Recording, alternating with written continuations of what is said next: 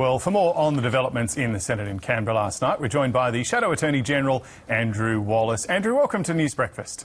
Good morning, James. Hey, we'll get to the politics in a moment, but I reckon there'll be a lot of people waking up this morning wondering what exactly has changed with the passage of this legislation. So you supported it. What do you think it's going to achieve? Well, essentially, the passage of these bills, I'll put aside for the gun law reforms for the time being, but they introduced increased penalties for aggravated offences, so offences that are already in place, but increased penalties for circumstances where people might be religious leaders, for example. The last thing that we want to see is people in authority in our community abusing those places to radicalise people, and also aggravated offences for trying to radicalise minors. We've seen that in the past. We know that people who are before the courts, almost 50% of young people before the courts on terrorism charges are under the age of 18. So we have a real problem here that we need to address. So there's a lot of misinformation out there overnight in relation to the prohibited hate groups. The prohibited hate groups is a sensible part of these reforms.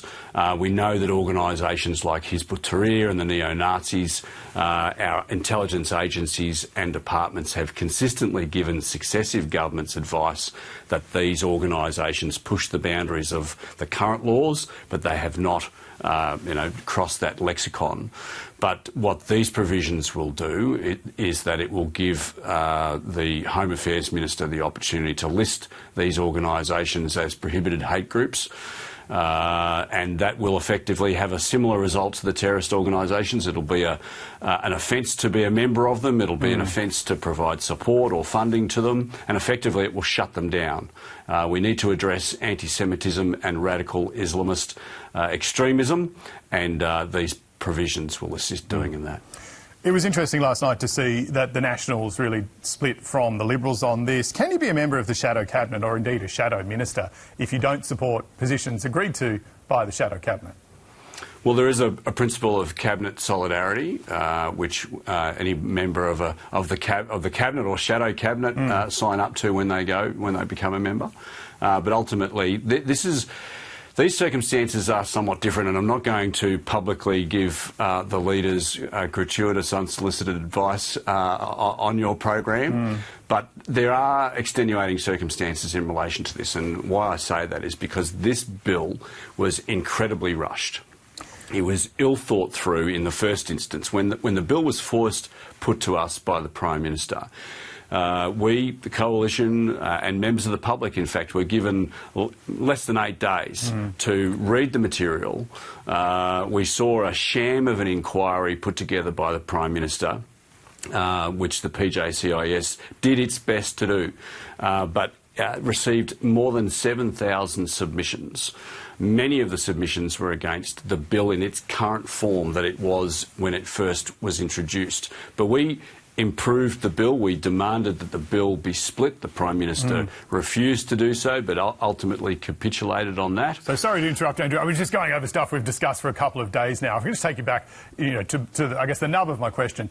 Do you think that your colleagues in the Senate, in the Nationals, Bridget McKenzie, Ross Cadell and Susan McDonald, should resign for effectively crossing the floor and breaching Shadow Cabinet solidarity? Well, James, I'm not about, as the Shadow Attorney-General, I'm not about to give the leaders gratuitous, unsolicited advice on your program. So does Shadow Cabinet solidarity mean anything? I guess that's what people will be wondering. Do you all have to operate as a team, or can the Nationals just sort of wander about and do as they please?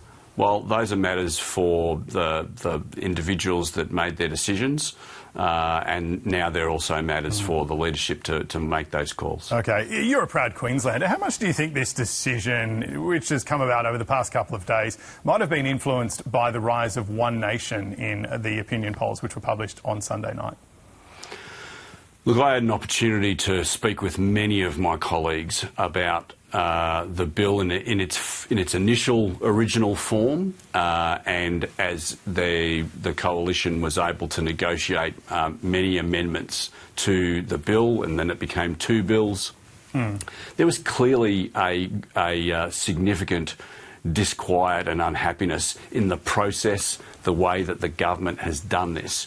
Now, when you have poor process, it can result, often, in fact, results in poor results. I mean, it just sort of sounds like you're saying the government's responsible for the coalition being split here, and it's just sort of a strange position, I guess, given that the coalition had asked for Parliament to come back rapidly to deal with this.